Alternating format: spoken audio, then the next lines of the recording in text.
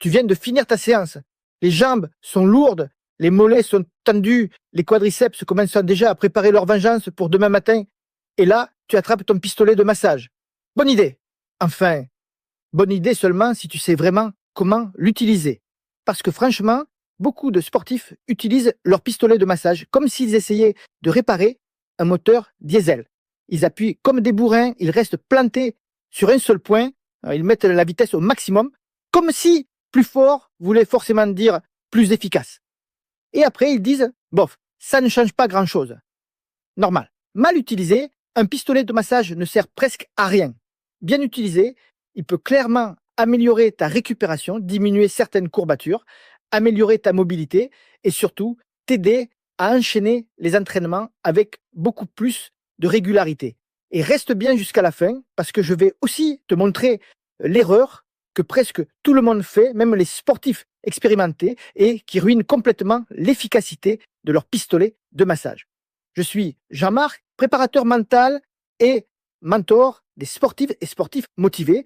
Je les aide à progresser et améliorer leur performance sans se blesser grâce à de meilleurs entraînements, une meilleure nutrition sportive et un matos bien choisi. Aujourd'hui, on va parler du pistolet de massage, pas du gadget marketing, pas du ça vibre donc ça doit être bien.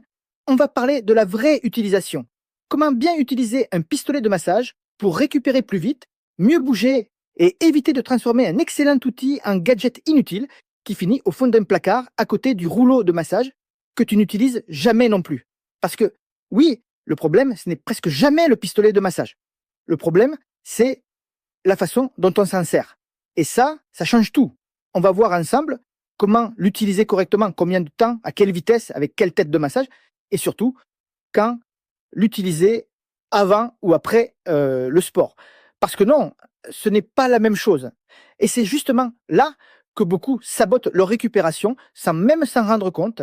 D'ailleurs, petite parenthèse importante, si tu cherches un bon modèle et que tu veux éviter les gadgets vendus trop chers avec des promesses de super-héros, notre comparateur testeur outdoor des meilleurs pistolets de massage se trouve juste ici avec le lien dans la description.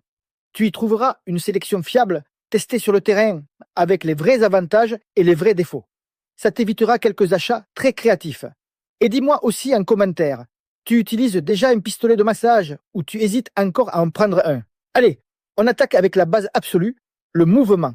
C'est extrêmement cruel parce que c'est là que la majorité se trompe. Le scénario classique, c'est toujours le même. Tu as mal au mollet, tu prends ton pistolet de massage, tu poses la tête exactement sur le point douloureux. Tu appuies fort, très fort, et tu attends un miracle. Mauvaise idée. Ton pistolet de massage ne doit pas rester figé sur un point. Jamais. Tu ne dois pas le planter dans le muscle comme si tu cherchais du pétrole dans ton quadriceps. Tu dois le faire glisser lentement sur le muscle en suivant les fibres musculaires. Imagine que tu balayes la zone, pas que tu essayes de détruire un nœud à coups de marteau. Mouvement lent, contrôlé, fluide. C'est ça la bonne logique. Alors oui, tu peux t'arrêter brièvement sur une zone plus tendue, ce qu'on appelle souvent un point de tension ou un trigger point, mais pas plus de 5 à 10 secondes. Ensuite, tu continues à bouger. Sinon, tu transformes un outil de récupération en instrument de torture médiévale. Et personne n'a signé pour ça. Même chose pour la pression. Tu n'as pas besoin d'écraser ton muscle. Ce n'est pas parce que tu souffres plus que ça fonctionne mieux. Au contraire, si tu bloques ta respiration, si tu crispes tout ton corps, si tu insultes intérieurement ton pistolet de massage, c'est probablement que tu vas trop fort. Le but, ce n'est pas de survivre à la séance. Le but, c'est de relâcher le muscle. Et pour la durée, même combat. Pas besoin de passer 25 minutes sur chaque jambe, comme si tu préparais un documentaire animalier sur tes ischios. En général, 30 à 60 secondes par groupe musculaire suffisent largement. Sur une grande zone comme les quadriceps, les ischios ou les fessiers, tu peux aller jusqu'à 2 minutes maximum. Et sur l'ensemble de la séance, 5 à 10 minutes suffisent. Au-delà, ton pistolet de massage devient souvent inutile et parfois franchement irritant pour les tissus. Plus n'est pas mieux, plus intelligent, oui. Et ça, c'est un point absolument fondamental. Mais attends, ce n'est pas tout. Même si tu fais bien le mouvement, même si tu respectes la bonne durée, si tu règles mal la vitesse, tu peux faire exactement l'inverse de ce que tu voulais. La vitesse, c'est ton curseur d'intensité. Et non, plus vite, ne veut pas dire plus efficace. Ça, c'est un mythe. Et avant de te parler de ce mythe, j'ai aussi mis à ta disposition un guide gratuit sur la récupération sportive. Tu vas savoir quoi faire selon l'entraînement ou la compétition. Le lien est dans la description.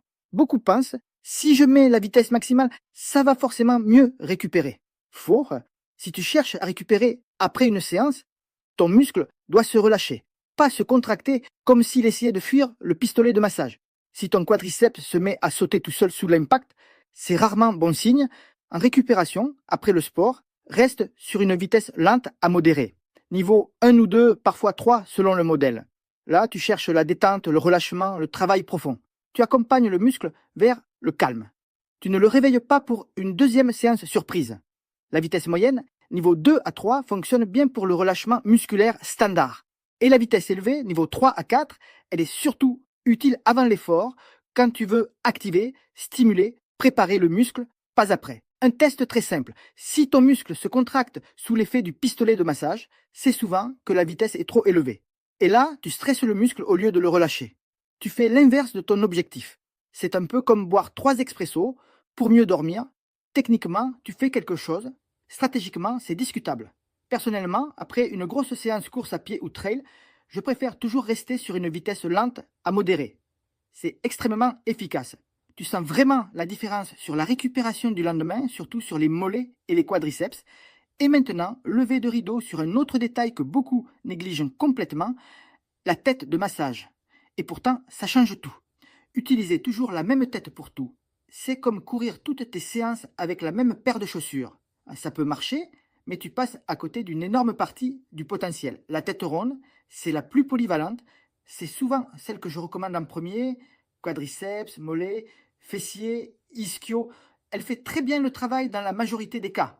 Si tu ne sais pas laquelle prendre, commence par elle. C'est la valeur sûre. La tête plate, elle, fonctionne parfaitement sur les muscles larges et denses. Les cuisses, le dos, certains gros groupes musculaires. Elle répartit un peu plus la pression et donne souvent une sensation plus confortable. La tête en U, la fameuse fourche, elle est utile autour de la colonne vertébrale et sur certaines zones comme les mollets. Mais attention, on évite toujours le tendon d'Achille directement, toujours. On travaille autour, pas dessus, on ne joue pas aux apprentis sorciers avec les tendons. Et la tête pointue, elle, sert pour les zones très ciblées, les points de tension plus précis, mais là encore, avec contrôle. Pas besoin de déclarer la guerre à ton trapèze, ce n'est pas un duel. Si tu utilises toujours la même tête pour tout, tu passes facilement à côté de 50% du potentiel réel de ton pistolet de massage. Et maintenant, le moment où tu l'utilises, avant ou après le sport, là aussi, énorme erreur classique, beaucoup font exactement la même routine dans les deux cas. Mauvaise stratégie. Avant le sport, ton objectif, c'est l'activation. Tu veux réveiller le muscle. Tu veux préparer ton corps à produire de l'effort.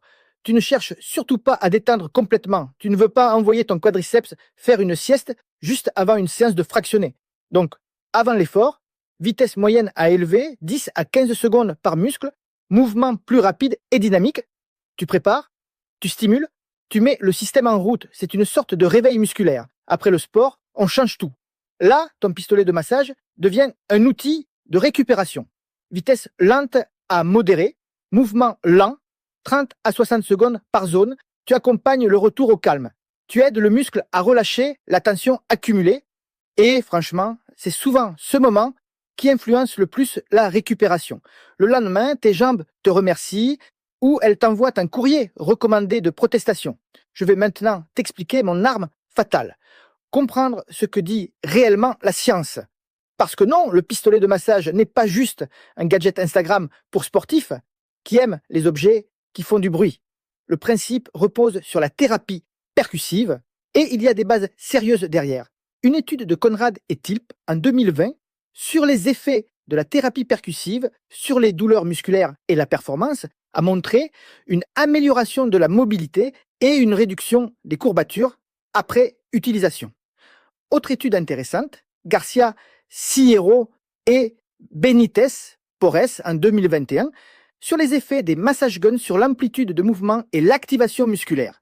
Augmentation de l'amplitude sans perte de force. Et ça, Pour un sportif, c'est très intéressant parce que tu peux améliorer la mobilité sans sacrifier la performance derrière.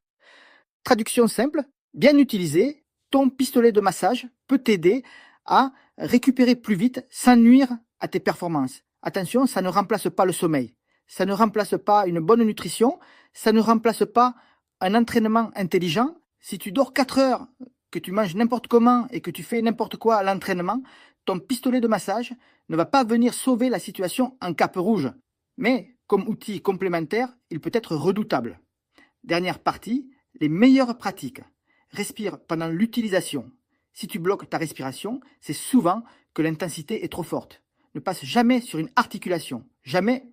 On travaille le muscle, pas la rotule, comme si on polissait une voiture. Évite les zones inflammées ou blessées.